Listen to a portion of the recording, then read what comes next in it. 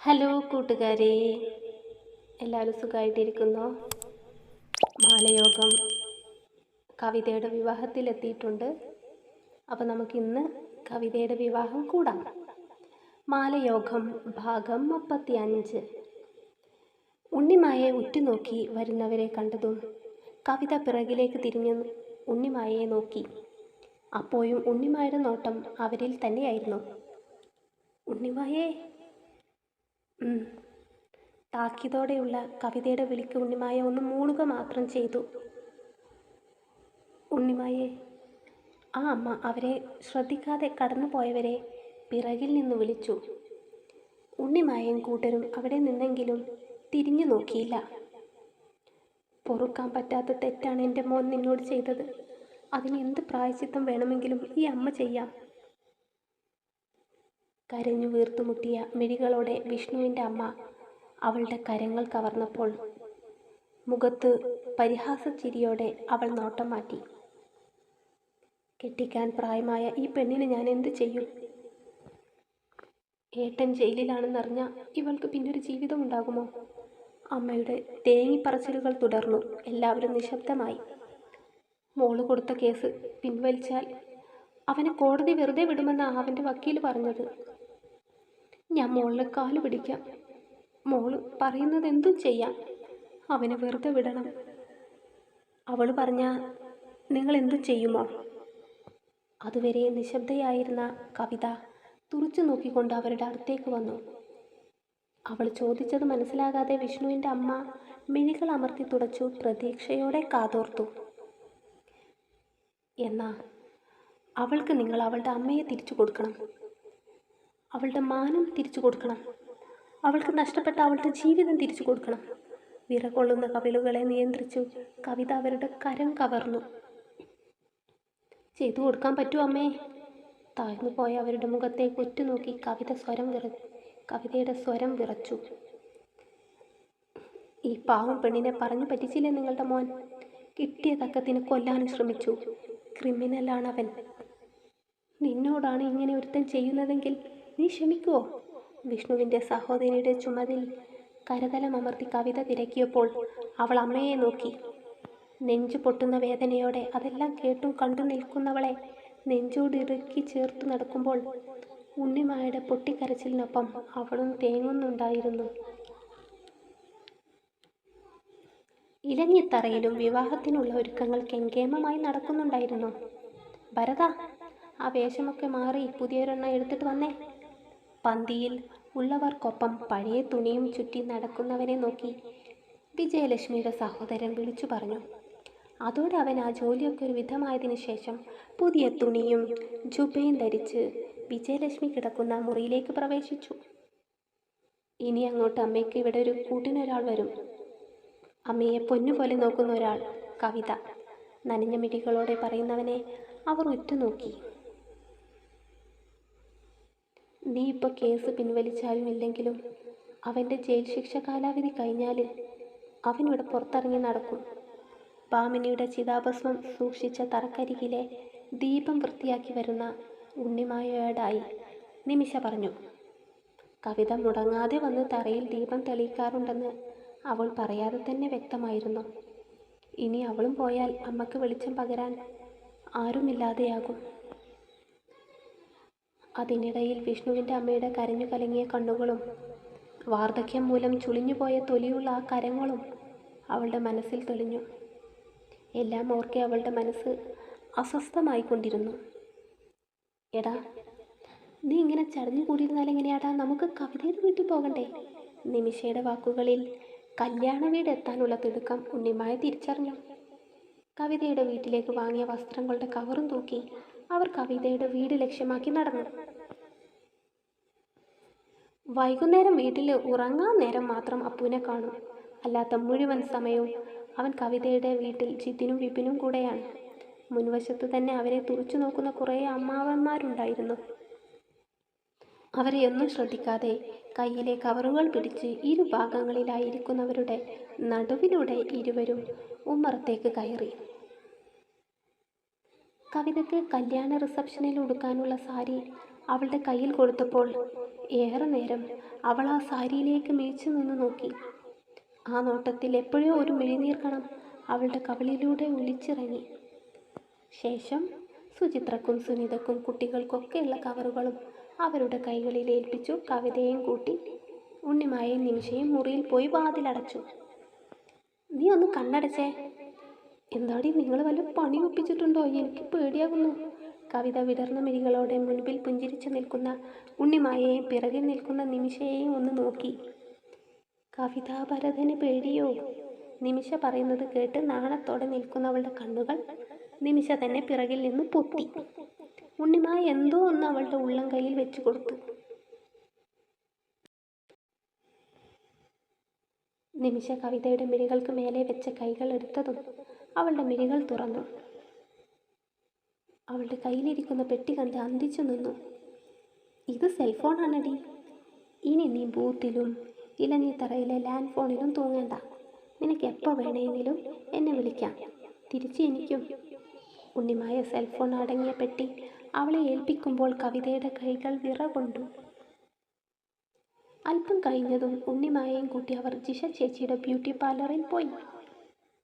കവിതയുടെ പുരികം ത്രെഡ് ചെയ്തു, മുഖം മിനുക്കി, മുടിയൊന്ന് വാഷ് ചെയ്തെടുത്തപ്പോഴേക്കും കവിതയുടെ ആ ഗ്രാമീണ തനിമ എങ്ങോട്ടോ പോയി. ചെറിയമ്പ്യാർക്ക് ഇതൊക്കെ ഇഷ്ടമാകുമോ എന്തോ? പാർലറിലെ കണ്ണാടിയിൽ നോക്കി മുഖത്ത് തടവിക്കൊണ്ട് കവിത ശങ്കയിൽ പറഞ്ഞു.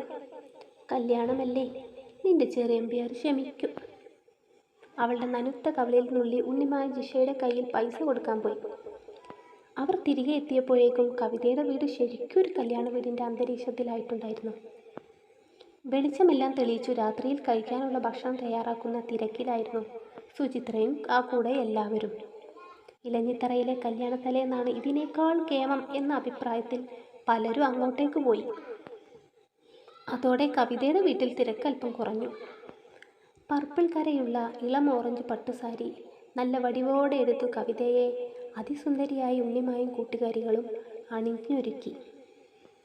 മുല്ലപ്പൂ എന്തിയെ? മുടി വകഞ്ഞു കെട്ടി പിന്നു കുത്തുന്നതിനിടെ നിമിഷ തിരക്കി.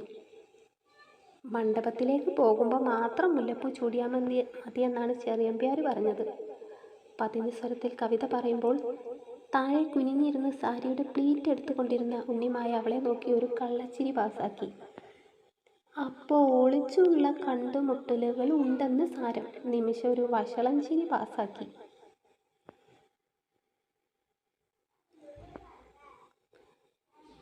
എന്തൊരു ഇരിപ്പായേട്ടാ ഇത്. വിഘ്നേഷിൻ്റെ മുറി തുറന്നു വന്ന് വെങ്കിടി അവനോട് ശോഭിച്ചു.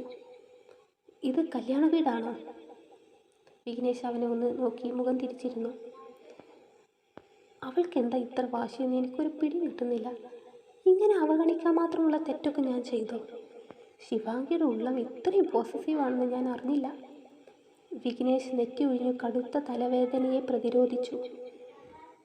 എന്താ ഏട്ടാ ഇതൊക്കെ? ഇപ്പോഴും നിങ്ങൾ തമ്മിലുള്ള പിണക്കം തീർന്നില്ലെന്ന് വെച്ചാൽ ഈ ആഴ്ച കഴിഞ്ഞാൽ നിങ്ങളുടെ വിവാഹമാ. വെങ്കിടി അവൻ്റെ അരികിലേക്ക് ചേർന്നിരുന്നു. അത് ഓർത്ത് തന്നെയാണ് അവളുടെ കാല് പിടിക്കാൻ ഞാൻ വീണ്ടും പോയത്. അപ്പോൾ അവൾ എന്താ എന്നോട് പറഞ്ഞതെന്നറിയോ? ഉണ്ണിമായ എനിക്ക് സ്പെഷ്യലാണെന്ന്. ചെയ്യേണ്ടത് എന്താണെന്ന് എനിക്ക് അറിയാൻ പാടില്ലാഞ്ഞിട്ടല്ല, നിന്നെയും അമ്മയെയും ഓർത്തിട്ടാണ്. ഉള്ളിൽ തികട്ടി വന്ന രോക്ഷത്തെ തടുക്കാൻ അവൻ മുഷ്ടി ചുരുട്ടി തലേനയിൽ ഇടിച്ചു. എന്ത് ചെയ്തിട്ടാണെങ്കിലും ഈ വിവാഹം നടക്കണം. പിണക്കവും പരാതികളും അതിനുശേഷം പറഞ്ഞു തീർത്തോളൂ. ഞാൻ പ്രീതി ആൻറ്റിയോട് സംസാരിച്ചിരുന്നു. അവർ പറയുന്നതൊന്നും മുഖവിലക്കെടുക്കുന്ന സ്വഭാവം പണ്ടേ അവൾക്കില്ലെന്നാണ് അവർ പറഞ്ഞത്. നമുക്കാവും വിധം ശ്രമിക്കാം, പിന്നെ പ്രാർത്ഥിക്കാം എന്നും പറഞ്ഞ് അവൻ മുറി വിട്ടു പോയിട്ടും ശിവാംഗിയുടെ ഫോട്ടോ നോക്കി വിഘ്നേഷ് ഇരുന്നു. നവവധുവിൻ്റെ വേഷത്തിൽ കടും പച്ച പട്ടുസാരി എടുത്തു അമ്പലത്തിലേക്ക് വരുന്ന കവിതയെ ഭരതൻ മിഴികളിൽ നിറച്ചു. ഇന്നലത്തെ കൂടെ ചേർത്തു ഇന്ന് തലയിൽ നിറയെ പൂ വെച്ചിട്ടുണ്ട്. സ്വർണ്ണക്കരയുള്ള തുണിയും അതുപോലൊരു മേൽമുണ്ടുമാണ് അവൻ്റെ വേഷം. തൊട്ടടുത്ത നിമിഷം അവൾക്കരികിൽ വന്നു ചേർന്ന ഉണ്ണിമായെ കണ്ട് അവൻ്റെ ഹൃദയം വിങ്ങി. അരുതെന്ന് മനസ്സ് ആവർത്തിച്ചിട്ടും അനുസരണയില്ലാതെ ഹൃദയമിടിപ്പേറി തുടങ്ങി. ഉണ്ണിമായുടെ നിസ്സംഗത ഭാവവും കവിതയുടെ കണ്ണിലെ പ്രണയവും അവനെ ആടി ഉലച്ചു. ഭരതനും കവിതയും ശ്രീകോവിലിൻ്റെ മുമ്പിലേക്ക് വന്നു. പൂജിച്ചെടുത്ത താലി തളികയിൽ നിന്ന് പൂജാരി ഭരതന് എടുത്തു കൊടുത്തു. മുഹൂർത്തം തീരാറായി, വേഗം കെട്ടിക്കോളൂ. പൂജാരിയുടെ നിർദ്ദേശം കേട്ടതും ഭരതൻ കവിതയുടെ കഴുത്തിൽ താലി ചാർത്തി. കവിത മിഴികളടച്ചു കൈകൂപ്പി പ്രാർത്ഥനയോടെ നിന്നു. ചുറ്റും കൂടിയവർ പുഷ്പതലങ്ങൾ അവർക്ക് മുകളിലൂടെ എറിഞ്ഞു ആശീർവദിച്ചു. മുല്ലപ്പൂക്കൾ മൂടിയ കവിതയുടെ മുടിയകളിൽ കെട്ടുപിണയാതെ താലിയെ നേരെ വയ്ക്കാൻ ഉണ്ണിമായ അവൾക്ക് പിറകിൽ തന്നെ നിലയുറപ്പിച്ചു. താലികെട്ട് കഴിഞ്ഞു അവർ കവിതയുടെ വീട്ടിലേക്ക് പോകാൻ ഒരുങ്ങുന്നതിനിടെ ഭരതൻ കൃഷ്ണൻ ഉണ്ണി കൊണ്ടുകൊടുത്ത ഷർട്ട് എടുത്തു ധരിച്ചു. എല്ലാവർക്കുമുള്ള സദ്യ കവിതയുടെ വീട്ടിലാണ് തയ്യാറാക്കിയിട്ടുള്ളത്. നടന്നാണ് എല്ലാവരും കവിതയുടെ വീട്ടിലേക്ക് എത്തിയത്. ചുവന്ന റോസാപ്പൂവ് കൊണ്ട് അറ്റത്ത് കെട്ടിയ മുല്ലപ്പൂഹാരം കഴുത്തിലിട്ട് ഭരതൻ്റെ കൈപിടിച്ച് മുന്നോട്ട് നടക്കുമ്പോൾ ലോകം പിടിച്ചടക്കിയ സന്തോഷമായിരുന്നു അവളുടെ ഉള്ളാകെ. ഉണ്ണിമായുടെ പിറകിൽ അവളുടെ വിരൽ കോർത്തു ഗ്രാമം ഒന്ന് കണ്ണോടിച്ചു നോക്കി. നിമിഷയും ആ കൂട്ടത്തിലുണ്ട്. ഇടവഴിയിലൂടെ നടക്കുമ്പോൾ ചെക്കനെയും പെണ്ണിനെയും കാണാൻ വേലിക്കരികിൽ തടിച്ചുകൂടിയവരുണ്ടായിരുന്നു. രണ്ടുപേരെയും ആ ഗ്രാമത്തിലുള്ളവർ പതിവായി കാണുന്നതാണെങ്കിലും വധൂവരന്മാരായി അണിഞ്ഞൊരുങ്ങി വരുന്നത് കാണാനുള്ള ആവേശത്തിൽ എല്ലാവരും നിൽക്കുന്നതാണ്. അതും ഇലഞ്ഞിത്തറയിലെ ഇളം തലമുറക്കാരൻ്റെ ഭാര്യയായി കവിത പോകുന്നത് കാണാൻ എളിയിൽ കൈകുത്തിയും കവിളിൽ കൈകുത്തിയും കരയുന്ന കുഞ്ഞിനെ ആശ്വസിപ്പിക്കുന്നതിനിടയിൽ എത്തി നോക്കിയും കുറേ ചേച്ചിമാർ ഓരോ വീടിൻ്റെ ഉമ്മറമുറ്റത്തുണ്ട്. പന്തിയിൽ ഭരതനും കവിതക്കും അരികിലായി ഉണ്ണിമായയും നിമിഷയും ഇരുന്നു. ഭക്ഷണം കഴിച്ച് എല്ലാവരും പായസം കുടിച്ചു. നാക്കിലയിൽ പപ്പടം വെച്ചു പായസം ഒഴിച്ചു കൂട്ടി ആസ്വദിച്ചു തിന്നുന്ന ഉണ്ണിമായെ ഒരു നോക്ക് നോക്കി നിമിഷയും അത് അനുകരിച്ചു. ഇറങ്ങാൻ നേരം കവിത സുചിത്രയുടെ കാലിൽ തൊട്ട് വന്ദിച്ചു. മാലയിട്ട് തിരികൊളുത്തി വെച്ച പുഷ്പൻ്റെ ഫോട്ടോയ്ക്ക് മുമ്പിൽ നിന്ന് കൈകൂപ്പി പ്രാർത്ഥിക്കുമ്പോൾ കവിതയുടെ മിഴികൾ നിറഞ്ഞൊഴുകി. ആ പതിവ് തെറ്റിക്കേണ്ട, നീ കരഞ്ഞോ? ഉണ്ണിമായ കയ്യിലെ തൂവാല കൊണ്ട് അവളുടെ മിഴികൾ തുടച്ചു. പതിയെ തുടക്ക്, ആ കണ്ണെഴുതിയതൊക്കെ ഇങ്ങ് വരും, നിമിഷ കരുതലോടെ അവളുടെ കാതിൽ പറഞ്ഞു. അതവളെ കരഞ്ഞപ്പോഴേ വരുന്നു, പതിഞ്ഞ സ്വരത്തിൽ ഉണ്ണിമായ നിമിഷയുടെ കാതിലും പറഞ്ഞു. ഭരതൻ കയ്യിൽ ഹാരവും തൂക്കിയിട്ട് കവിതയുടെ യാത്രപ്പറച്ചിൽ നോക്കി നിൽക്കുകയാണ്. ഇടയ്ക്കെപ്പോഴോ ആ നോട്ടം ഉണ്ണിമായയും കണ്ടപ്പോൾ പൗരുഷം നിറഞ്ഞ തെളിച്ചമുള്ള ആ മുഖം നോക്കി അവളൊന്ന് പുഞ്ചിരിച്ചു. മനസ്സറിഞ്ഞു തന്നെ പുഞ്ചിരിച്ചു. ആ ചിരിയിൽ അവനോടുള്ള സ്നേഹമുണ്ടായിരുന്നു, നന്ദിയും കടപ്പാടും ഉണ്ടായിരുന്നു. അത് അവനും തിരിച്ചറിയാൻ കഴിഞ്ഞു.